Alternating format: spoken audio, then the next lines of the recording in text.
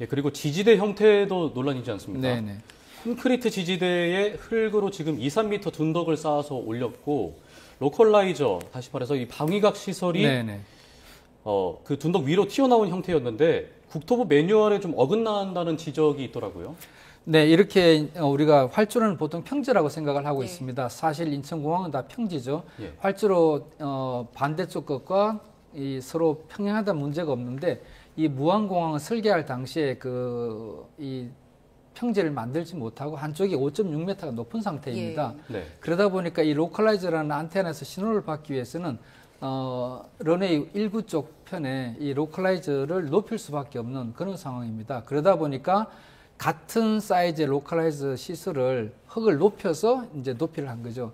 사실은 이 그 로컬라이저 폴대를 높여서 했다면은 이런 예. 사고는 나지 않았을 거로 그렇게 판단이 됩니다. 예. 그런데 지금 그 공항의 높이를 맞추기 위해서 네네. 어느 정도 좀 감안한 것이다라고 네. 하더라도 국토부 매뉴얼 보니까요. 그 안테나 토대가 지표만과 같은 높이여야 하고 또 지지대로는 연약한 지반을 선택해야 한다고 하는데 콘크리트 상당히 단단하잖아요. 네, 맞습니다. 그래서 이제 같은 표면과 같은 높이를 예. 하고 폴대를 높여야 되는데 예. 그 폴대를 높이지 않고 둔덕을 만들어 버린 것이죠. 이게 예. 이제 그 시설 기준에 어긋나는 부분이 되겠습니다. 예. 이것 때문에 지금 많은 분들이 둔덕만 없었더라도 네. 조금 피해를 줄일 수 있지 않았을까 이런 안타까움 많이 나오고 있거든요. 어떻습니까? 그 부분에 대해서는 조금 의문사항은 있습니다. 왜 그러냐면 그 뒤쪽에 바로 그 활주로 외곽 벽이 있었거든요. 예. 그 활주로 외곽 벽 역시 벽돌로 만들어진 것이고 예.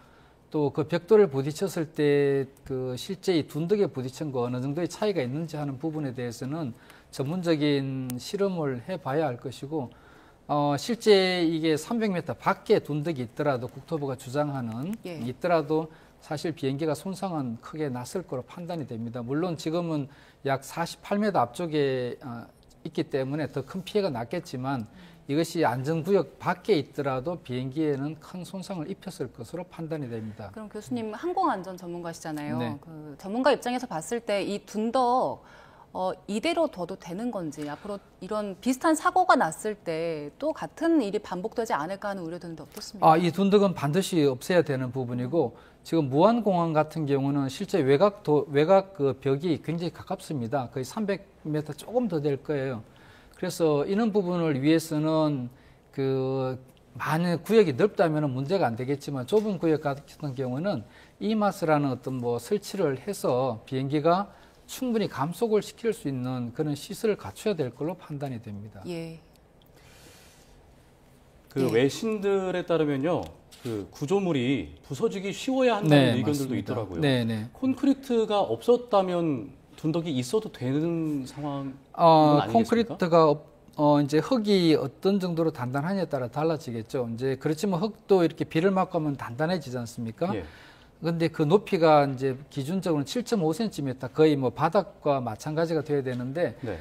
이 둔덕 부분도 사실은 깎아야 되는 부분이고 한편으로는 비행기가 이번 사고가 사고가 컸던 이유는 이제 랜딩 기어가 나오지 않았기 때문에 예. 항공기 기체가 더 낮았죠. 그러니까 부딪히는 임팩트가 더 컸던 걸로 이렇게 판단이 됩니다. 예.